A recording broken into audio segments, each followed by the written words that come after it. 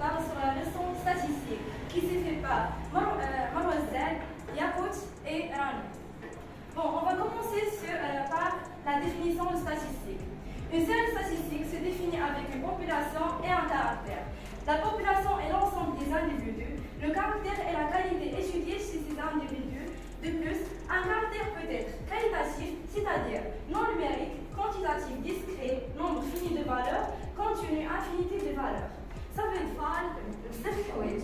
اكزومبل انه بحال شي مدرسه بغات دير بحال تقسم انه الاعداد ديال الدراري والاعداد ديال لي في بيان سور ما غتحسبش كل اعداد كل دري شحال وكل دريه شحال بيان غدير واحد الطابلو ستاتيستيك اللي غيعاونها انها تقسم بين العدد ديال الدراري. On va passer à les caractères. Les caractères se divisent à deux types.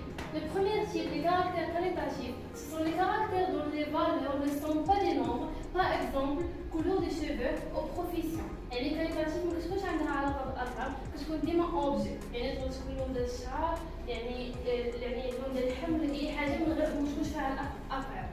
Les caractères quantitatifs, ce sont les caractères qui prennent des valeurs numériques، يعني كياخذوا واحد الهيئة رقمية، يعني كياخذوا يعني ديما تكون بالأرقام، ما تكون يعني دي objets. On a les caractères quantitatifs.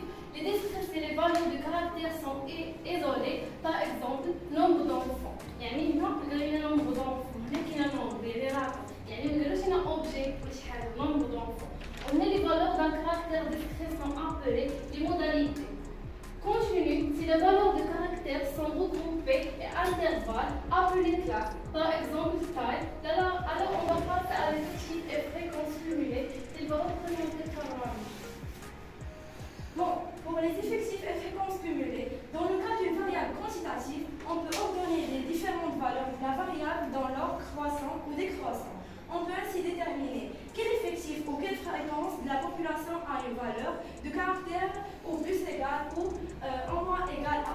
On obtient alors des effectifs cumulés croissants ou décroissants, ou des fréquences cumulées croissantes ou décroissantes. La statistique est représentée par deux diagrammes principaux. Diagramme en bâton, et ça, ce qu'on a dans ces documents, nous représente les quatre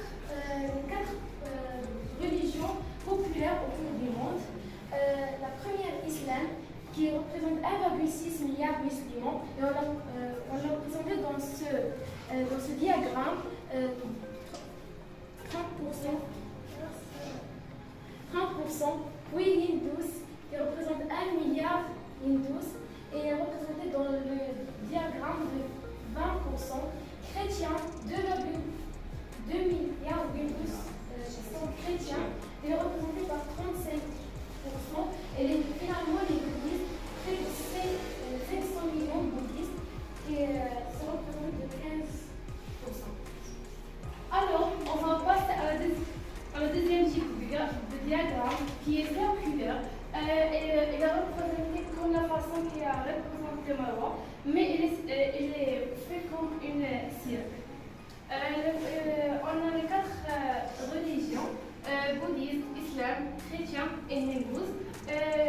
Ils ont le même pourcentage dans ces documents, ils sont circulaires et dans entre les documents, ils sont en bas.